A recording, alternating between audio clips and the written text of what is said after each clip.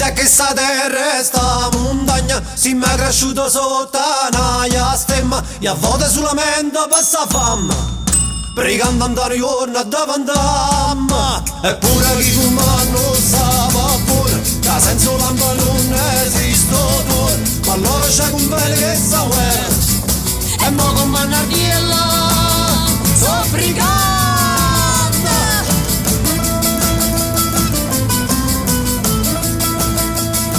Cos'è per te l'Irpinia? Non posso immaginare. E tu come la disegneresti l'Irpinia? È una terra viva, è una pietra viva. Questa è l'Irpinia. Sì, io sono nato qui proprio in questo posto, che ho detto a mia moglie che le mie ceneri, dice ma non si può fare, vabbè dico tu prendi l'urna, spargi le mie ceneri, ci metti un po' di cenere del camino, tanto chi cazzo te controlla. A chi devi dare non è che viene a fare un DNA e ceneri. Oh, qua sei proprio isolato, no? Sì, sì. C'è un po' di bosco. Sì, e qui è zona boscovico si chiama da l'altro lato. Meglio avere il bosco che avere vicini che non fanno bio. Anche questo è vero. Lei è professore, che cosa fa nella vita? Io faccio il vignaiolo. Vabbè, ma prima cosa faceva? Non facciamo cosa faceva prima? Ero ricercatore microbiologo vedi, in un appunto. centro di ricerca. Quindi hai avuto la possibilità. Però proprio in realtà ho avuto la possibilità perché noi facevamo questo per la grande industria alimentare. Ah, perché tu lavoravi con la Cirio? Con il quindi centro tu di ricerca della eri nel lato SNE. oscuro della forza. Esattamente. Quindi tu sei Anakin Skywalker, noi siamo una... Esatto, una brutta persona. Tu quante bottiglie fai? 2500 bottiglie. Cioè si riesce a autosostenersi con 2500 bottiglie? Sì. Bravo. 2000, se lo imbottigliassi tutto farei 2000-2500 bottiglie, insomma. Una cosa legata ai numeri, che Mastro Berardino non può concedersi di fare il 70% in meno. Vabbè, però c'ha le spalle larghe sicuramente. Quindi voi in realtà riuscite a gestire il contraccolpo del cambiamento climatico, delle malattie meglio delle grosse aziende. In realtà la pianta ha scelto la stanzialità, è immobile, quindi ha scelto di stare lì. Quindi necessariamente deve avere i meccanismi di resistenza alle avversità. Che bel prato che ci hai fatto anche. Io sono meticoloso. Vedi pure gli alberi come sono puliti sotto, sopra. Insomma, ci faccio un gran lavoro sulla campagna. Sta sulle bucce circa, la modero 18 giorni, 20 giorni, modero a seconda di quello che sento nel vino. Cerco di limitare l'estrazione danni, ma cerco di portare a pieno i composti che mi assicurano un buon equilibrio del vino nel lungo periodo. Praticamente le uve ogni 6-8 ore devono essere schiacciate per bagnarsi, altrimenti si seccano e si attiva l'acido acetico. Questo è importantissimo.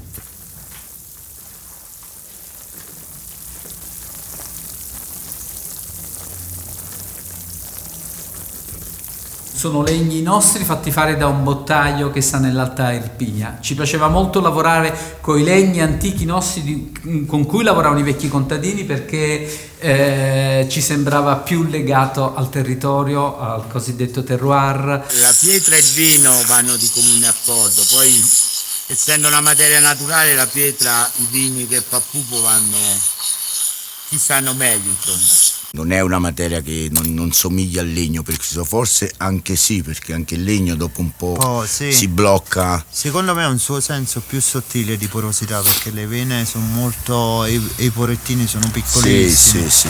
Quindi ha un senso e sarebbe bello vederla all'opera. Bellissimo. E questo quanto contiene? Scusa, 10 ettolitri. 10 ettolitri. Sì, dovrebbero fare 10.000 bottiglie. Questa salvaguardia di una tradizione in trasformazione, a me è una cosa che mi è piaciuta di Enzo Tenore, architetto, che ha fatto il pollaio con la lamiera, perché dice la lamiera in realtà io la considero quasi un materiale tradizionale. Se tu giri in campagna, io mi sono affezionato, ho fatto una sorta di album fotografico che si chiama Abaco Rurale quando perdevo tempo, e quindi sono andato in campagna a rilevare come se fossi un bibliotecario tutti gli elementi tutta la sintassi che c'è tra gli elementi messi assieme, come si inchioda la lamiera sul legno, e questi sono gli stessi elementi che abbiamo usato all'interno per le avvitature. Ovviamente non abbiamo usato una lamieraccia, questa tra un po' si arrugginisce perché i contadini la sostituiscono, abbiamo usato alluminio puro.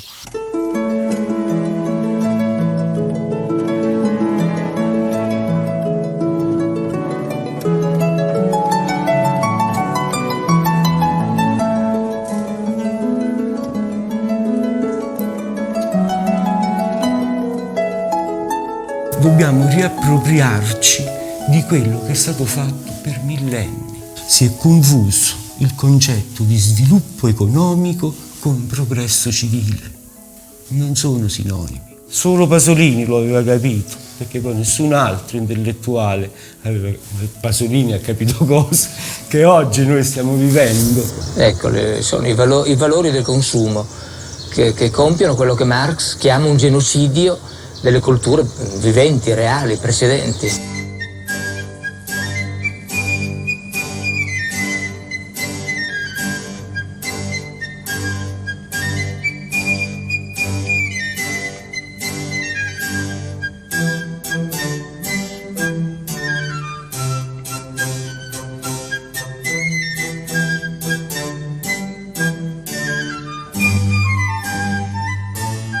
Un vecchio contadino tradizionalista e religioso non consumava delle sciocchezze, capito, reclamizzate dalla televisione. Che la nostra società millenaria, contadina, è morta in maniera violenta e rapida, come muore un animale da lavoro.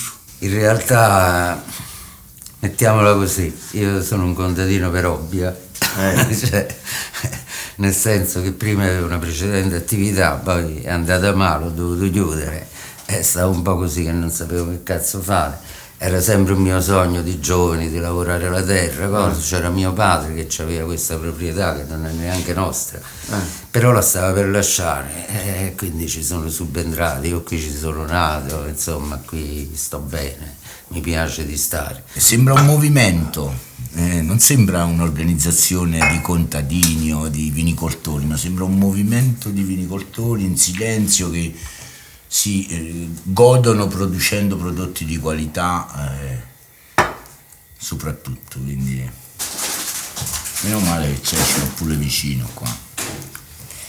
Ma tu sei ancora comunista oggi? Purtroppo sì. Che vuol dire essere comunista oggi? Domanda del cacchio però. No.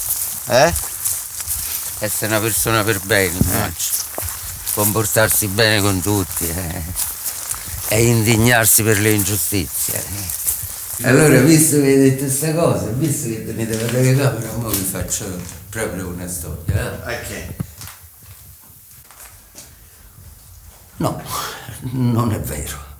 Io non ho niente da rimproverarmi. Non mi sembra di aver fatto delle cose gravi. Che cosa cantavo? Sapere cosa cantavo? Ma sì, anche canzoni popolari. Ciao, ciao. Devo parlare più forte. Ciao bella, ciao, sì, l'ho cantata. Chiariamolo questa cosa, volete sapere se ero comunista? Va bene.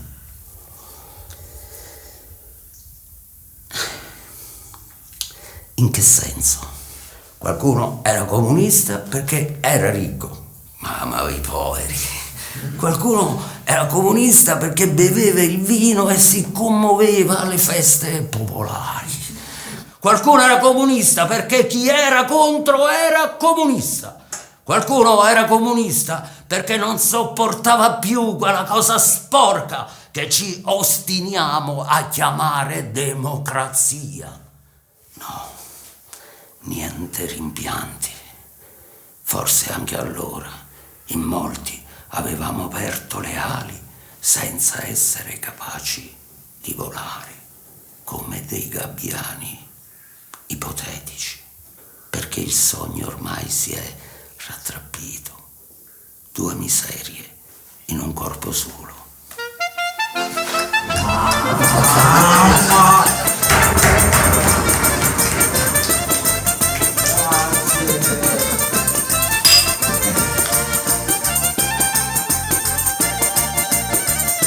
la mamma di mio nonno, nonna Michelina, poi mia nonna Anita, poi la mia mamma e poi io. Sì, perché ero piccolina, no? Stavo in cucina e loro si ritrovavano tutte insieme, erano 3-4 e impastavano 4-5 kg di farina. Allora, io mi ricordo che ero piccola e la mia testa arrivava ai fianchi giustamente di queste signore. Alcune di loro erano belle rotonde perché donna mediterranea. E loro, siccome lavoravano tanto e durava 2-3 ore, partivano dalla gamba, quindi si davano forza dal piede e alzavano i fianchi per mettere forza nella mano. Ed è vero, è così, quindi tu ti dai la spinta per dare poi forza alla pasta e quindi sembra questi fianchi che ondeggiavano, sembrava come una danza, capito? Tu. Quando io facevo danze popolari c'era questo ritmo della tamburriata che era il ritmo del cuore binario e faceva tu. E penso che c'è una connessione in tutto ciò e anche in tutto questo che ruota intorno al cibo. La natura ci ha dato tutto, siamo noi, dobbiamo solo ricordare. Non ci hanno concesso, ci hanno tolto un po' la memoria, ecco, dobbiamo solo ricordare. Non sto inventando niente.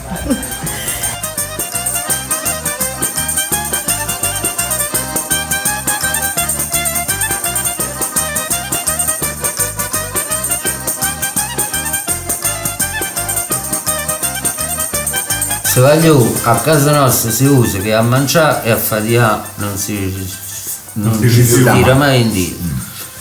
Se si è arrivati a una casa e stanno mangiando, vi assettate da mangiare, se è arrivati che stanno faticando daranno male. Bravo. Viene qua, Democristiano, a dire che dobbiamo tutti insieme capire il valore di una terra che ha sofferto ma sempre capace di rinascere grazie alla Madonna. Esatto.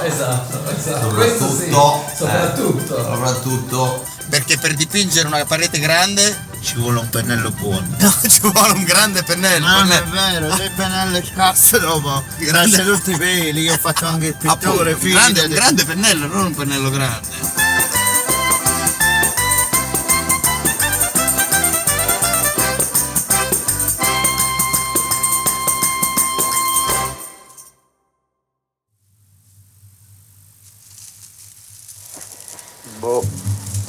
Io ho la mia idea sull'agricoltura di oggi.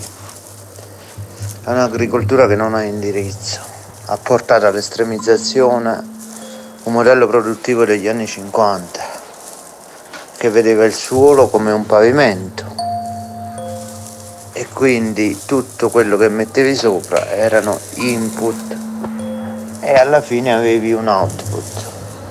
Negli anni questa agricoltura ha eroso in modo profondo le radici da cui veniva.